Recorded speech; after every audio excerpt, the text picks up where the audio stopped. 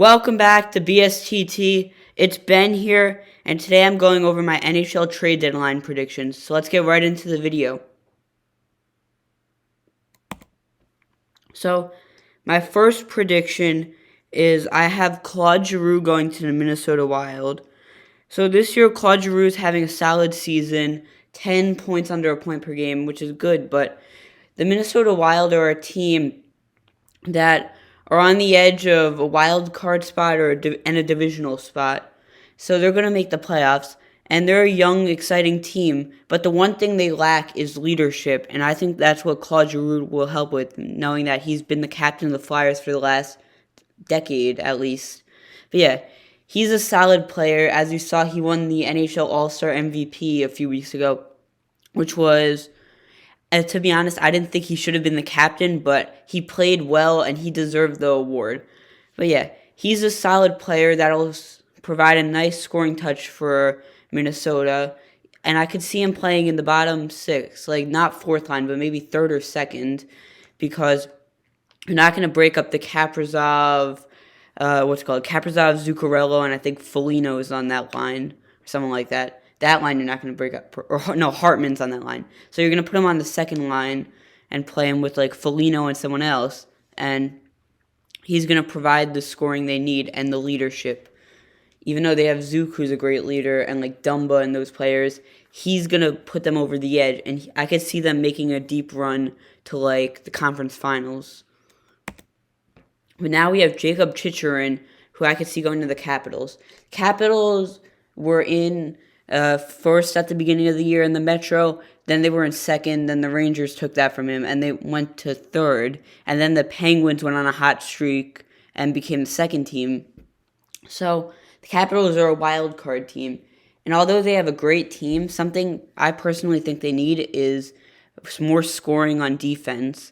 They have John Carlson, who is one of the greatest offensive defensemen ever, like top 30 offensive defensemen of all time, but he's starting to get up there in age, and so you bring in Chychrun, and he provides you the scoring you need for this year, and then you could look to move on from Carlson when he retires in like 2 years, and you have Chychrun, who's pretty young.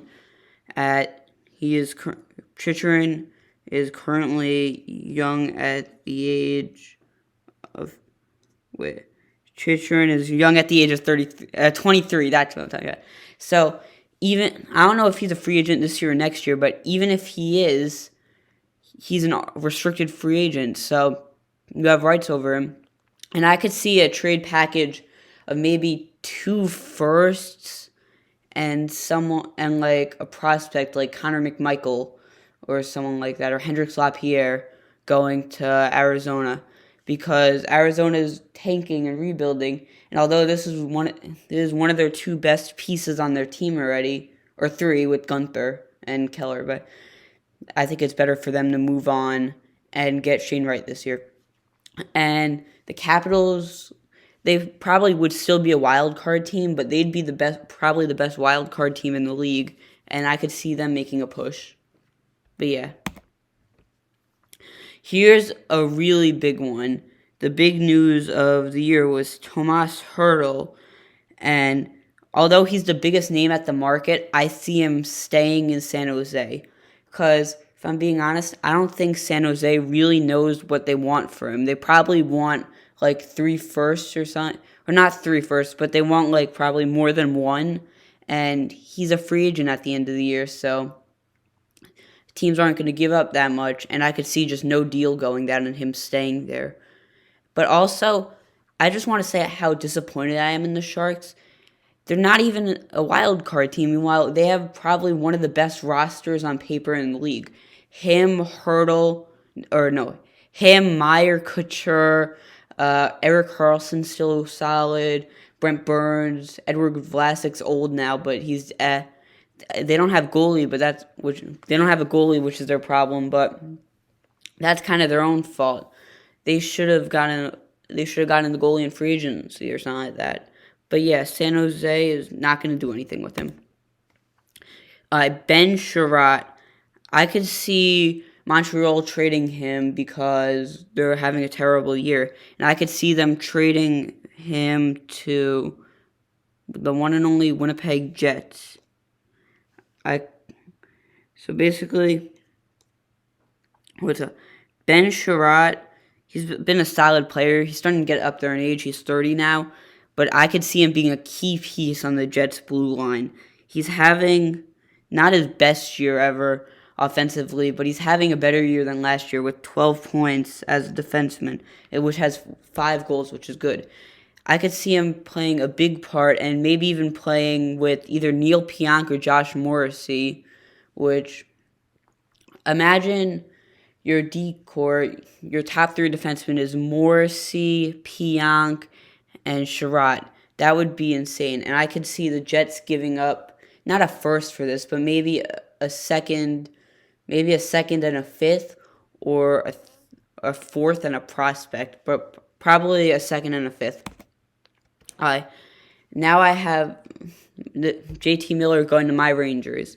And I could see this happening because not only did he used to play for us, but also after last night's loss to Vancouver where he lit us up, Giroux learns that we need scoring, and he also learned that Kreider and Mika can't carry us with scoring. We need other people to score, which is why we have JT Miller, who has, last time I checked, 18 goals, but it might be 19 now because I think he scored last night.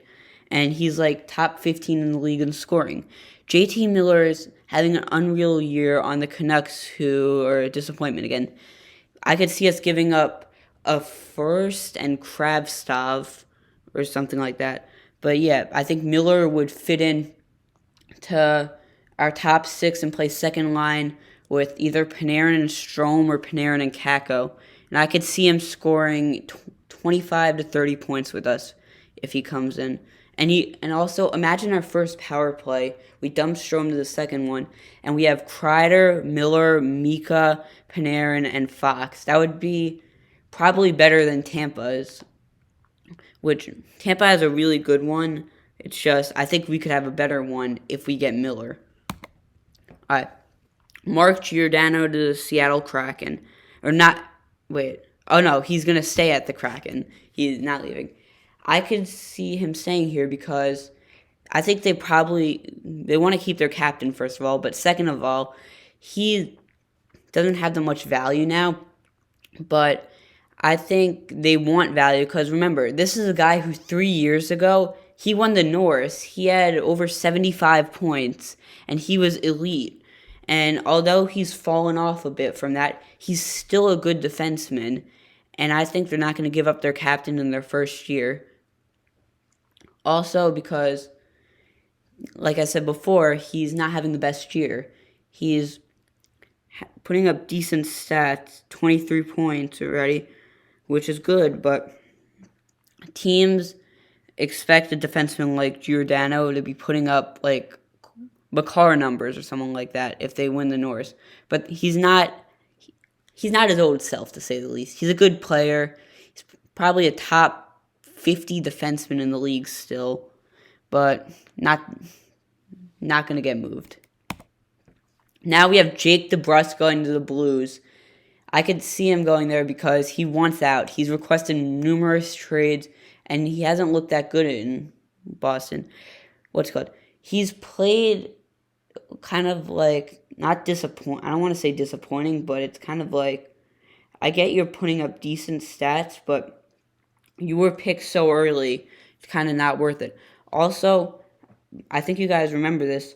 When he first came into the league, he had back-to-back 40-point seasons, and now he's been on the decline ever since, going from 43 to 42 to 35 to 14 to 20. And it's kind of like, you were drafted high and you're a bust, but I could still see St. Louis giving up a prospect for him, a prospect and a third or something like that, because I think in a change of scenery, he could be putting up 20 goals a year or something like that, and I think he'll be a big help to St. Louis's bottom 6. So, remember before how I said the Rangers and Drury need to learn that we need more scoring? Well, bringing in Fielder Thrill might help us. He's a really good scorer. He's been that his entire career, to say the least, and I think putting him, remember, he'd probably play third line for us, And if we also did the Miller thing, our third line would be either Hertl or Barclay Goodrow at center. Then we'd have Kako on one wing, and we'd have Guentzel on the other. And imagine that. That as a third line could be a team second or something like that. And he'd also bring scoring to our second power play, which we need. So Guentzel going to the Rangers is a good move, and I could see us giving up not a first for him, but maybe 2 seconds or second and a third. Connor Garland is not going to get moved. He's a really good player. He scored a lot. He's starting to break out, but they gave up so much to get him this offseason, packaging him with Ekman Larson, that they're not going to get rid of him this soon. Also, because even though the Canucks are not the best team, I think they're going to sell Miller, but they're not going to sell away their whole team. I think they're going to give it a year. Vitali Kravtsov. This is a part of my other trade, the one involving JT Miller, but I think we're going to get rid of Kravtsov in that one also, because to say the least, he doesn't want to play for us. He was a baby in the beginning of the year when we sent him down to the minors, and he said, "I'm not going to play for you if I don't play now." And so he said, "Fine," and he went back to Russia. And the ironic thing is, forget who got hurt or got COVID like 3 games into the year. It might have been Nemeth or someone like that. But he would have just gotten called back up. And we only sent him down so we didn't have to put someone else on waivers. But he was a baby, and we don't want him anymore. He's like Lias Anderson. But yeah, I could see him going to Vancouver because they'd want someone like him now that they're in a tricky situation with half the people wanting them to rebuild, and they're firing everyone and signing new players and new coaches.